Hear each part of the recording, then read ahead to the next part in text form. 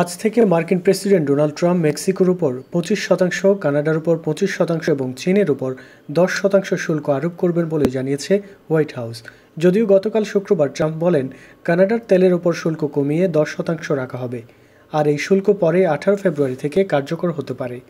এছাড়াও যুক্তরাষ্ট্রের সঙ্গে সুবিচার করেনি এই দাবি করে ভবিষ্যতে ইউরোপীয় ইউনিয়নের উপরও শুল্ক আরোপের পরিকল্পনার কথা জানিয়েছেন তিনি। হোয়াইট হাউসের প্রেস সেক্রেটারি ক্যারোলিন লেভিট বলেন, কানাডা ও মেক্সিকোর উপর শুল্ক আরোপের কারণ হলো আমাদের দেশে তাদের সরবরাহ করা এবং ছড়িয়ে দেওয়া অবৈধ ফেন্টানিল, যা কয়েক কোটি মার্কিনের প্রাণ নিয়েছে।